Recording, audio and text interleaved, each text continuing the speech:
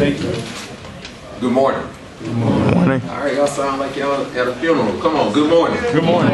All right, welcome. This presentation is the power of STEM. How many people know what STEM is? Well, we have one winner in the crowd. Oh, two. All right, so let's start here. First, state your name and state what STEM is.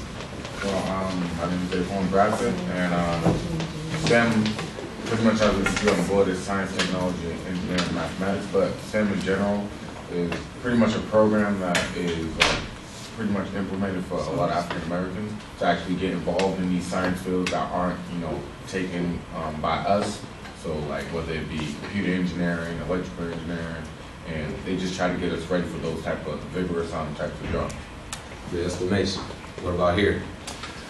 My name's George Pinckney. I'm here with my nephew, supporting my nephew today. And originally from New Jersey. I live here in Boston, Massachusetts. And I just know that STEM is science, technology, engineering, and what's the M? Mathematics. Mathematics, that's it. Cool. Still a little early. No problem, no problem. So let me start with introductions. My name is Joseph Boston Jr. I'm originally from Georgia, Macon, Georgia. I represent Retention Frontiers Incorporated, which is a nonprofit organization. I am the founder and CEO of the organization.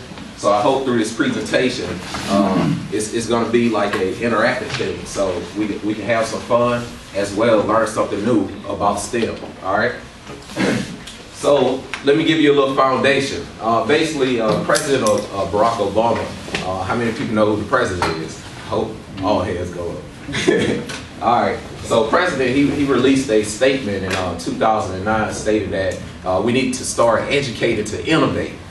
So what I mean by that is we need to start using our education tools and mechanisms that we have in place to innovate in our own lives or in our own projects or in the school systems, okay? So what we're gonna do is we're gonna go ahead and step into the presentation. I give you a little bit more information about myself first. I have a Bachelor of Science degree and a Master of Science degree in Electrical Engineering. I also have an MBA in Business Management. In addition to that, I'm working on a PhD now at Northeastern University. So as you can see, I'm well endowed in the STEM field, and I hope I inspire you today to challenge that as well. So I'm going to start with a video first of President Barack Obama speaking about STEM. So please pay attention to it because I want to get some feedback from you. Thank you. I am extraordinarily excited today. A couple of special acknowledgments I want to make. First of all, two of my outstanding cabinet members, Secretary Arne Duncan, our Education Secretary, and Secretary Stephen Chu, who is our Energy Secretary. They are both doing outstanding work each and every day. I want to acknowledge Representative Eddie Bernice Johnson, who is from Texas, and she is one of the members of our Science and Technology Committee and doing outstanding work. NASA Administrator Charlie Bolden is in the house. Where's Charlie? There he is, right there in front. NSF Director Dr. Arne Duncan is here, right there. Dr. John Holbert, my Science and Technology Advisor. Where's John? Right there. Melody Barnes, our Domestic Policy Council Chair or Head Director. And then we've got some students from some wonderful students from some wonderful schools. Oakton High School in Vienna, Virginia, Longfellow Middle School in Fairfax, Virginia, the Washington Mathematics, Science, Technology Public Charter High School here in DC, and the Herndon High School in Herndon, Virginia. Welcome, everybody.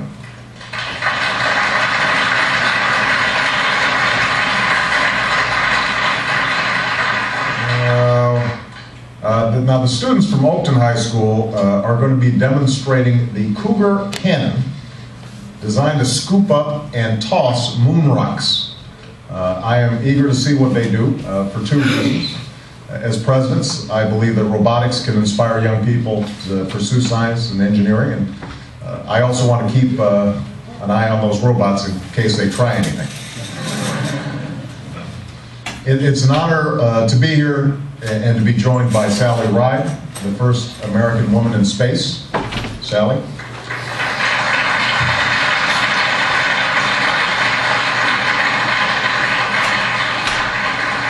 As a person who's inspired a generation of girls and boys to think bigger and set their sights higher, I want to thank NASA and Charlie for providing the interactive globe, an innovative and engaging way of teaching young people about our world.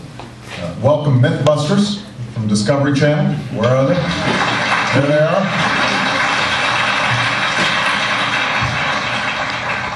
I hope you guys left the explosives at home. And finally, allow me to thank the many leaders here today who agreed to be part of this historic effort to inspire and educate a new generation in math and science. Now, we live in a world of unprecedented perils, but also unparalleled potential.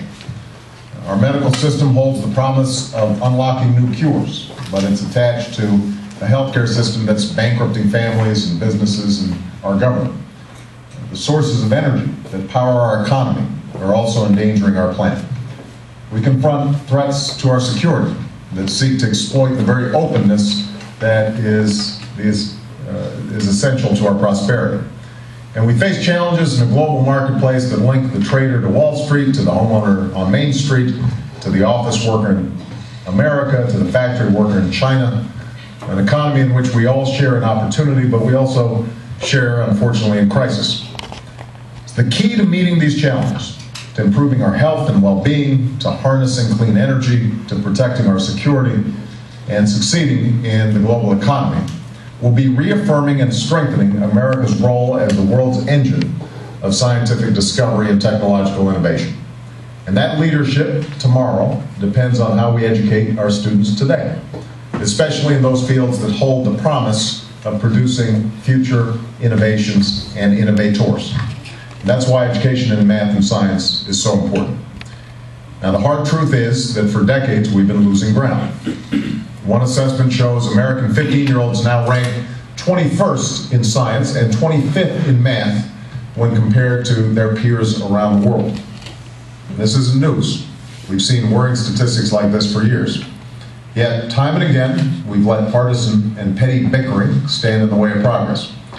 And time and again, as a nation, we've let our children down. So I'm here, and you are here, because we all believe that we can't allow division and indifference to imperil our position in the world. It's time for all of us, in Washington and across America, to take responsibility for our future. That's why I'm committed to moving our country from the middle to the top of the pack in science and math education over the next decade. To meet this goal, the Recovery Act included the largest investment in education in history, while preventing hundreds of thousands of educators from being fired because of state budget shortfalls. Under the outstanding leadership of Arne Duncan, we've launched a $4 billion Race to the Top fund, one of the largest investments in education reform in history. And through the Race to the Top, states won't just be receiving funding, they'll have to compete for funding. And in this competition, producing the most innovative programs in math and science will be an advantage. In addition, we are challenging states to improve achievement by raising standards, using data to better inform decisions, and taking new approaches to turn around struggling schools. And because a great teacher is the single most important factor in a great education, we're asking states to focus on teacher effectiveness and to make it possible for professionals, like many of the people in this room, to bring their experience and enthusiasm into the classroom. But you are here because you know that the success we seek is not going to be attained by government alone. It depends on the dedication of students and parents and the commitment of private citizens, organizations, and companies.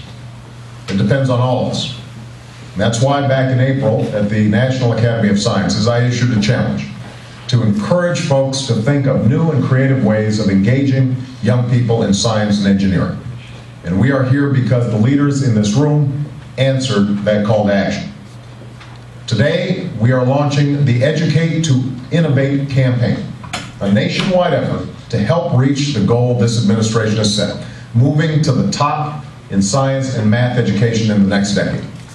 We've got leaders from private companies and universities, foundations and nonprofits, and organizations representing millions of scientists, engineers, and teachers from across America.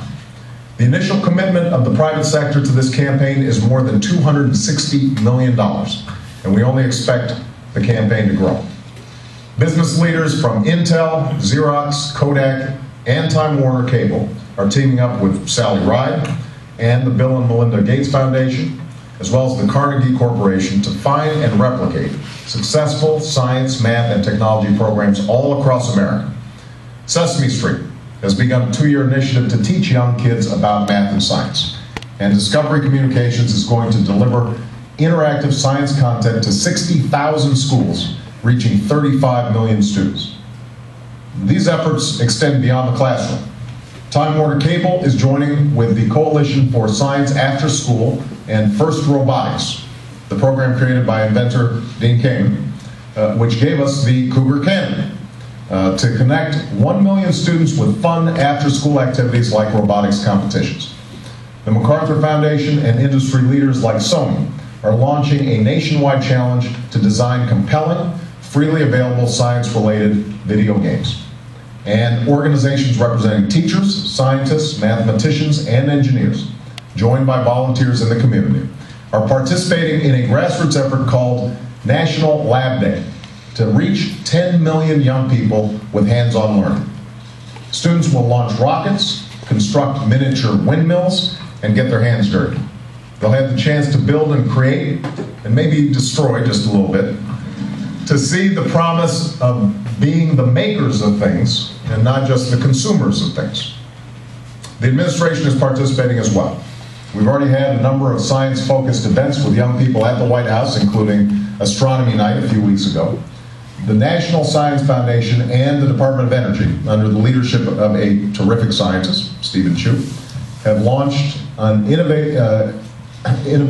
initiative to inspire tens of thousands of students to pursue careers in clean energy. And today I'm announcing that we're going to have an annual science fair at the White House with the winners of national competitions in science and technology. You know, if you win the NCAA championships, you come to the White House. Well, if you're a young person and you produce the best experiment or design, the best hardware or software, you ought to be recognized for that achievement too. Scientists and engineers ought to stand side by side with athletes and entertainers as role models. And here at the White House, we're going to lead by example. We're going to show young people how cool science can be. Through these efforts, we're going to expand the scope and scale of science and math education all across America. And we're going to expand opportunities for all our young people, including women and minorities who too often have been underrepresented in scientific and technological fields, but who are no less capable of succeeding in math and science and pursuing careers that will help improve our lives and grow our economy. I also want to note that this is only the beginning. We're going to challenge the private sector to partner with community colleges, for example, to help train the workers of today for the jobs of tomorrow, even as we make college more affordable, so that by 2020, America once again leads the world in producing college graduates. Now, I have to say to the young people who are here, we can't let students off the hook. In the end, the success of this campaign depends on them. But I believe strongly that America's young people will rise to the challenge if given the opportunity, and given a little bit of a push. We've got to work together to create these opportunities because our future depends on it. And I just want to mention the importance not only of students but also of parents. You know, I was in Asia, I think many of you are aware, for a week, and I was having lunch with the president of South Korea, President Lee, and I was interested in education policy. They've grown enormously over the last 40 years, and I asked them, what are the biggest challenges in your education policy? He said, you know, the biggest challenge that I have is that my parents are too demanding. He said, even if somebody is dirt poor, they are insisting that their kids are getting the best education. He said, I've had to import thousands of foreign teachers because they're all insisting that Korean children have to learn English in elementary school. That was the biggest education challenge that he had was an insistence, a demand from parents for excellence in the schools. The same thing was true when I went to China. I was talking to the mayor of Shanghai. And I asked him about it, how he was doing recruiting teachers, given that they've got 25 million people in this one city. He said, we don't have problems recruiting teachers because teaching is so revered. And the pay scales for teachers are actually comparable to doctors and other professions. That gives you a sense of what's happening around the world. There is a hunger for knowledge, an insistence on excellence, a reverence for science and math and technology and learning. That used to be what we were about. That's what we're going to be about again. And I have to say that this doesn't get a lot of focus. Not once was I asked about education policy during my trip by the press. And oftentimes events like this get short shrift. They're not what's debated on cable. But this is probably going to make more of a difference in determining how well we do as a country than just about anything else that we do here.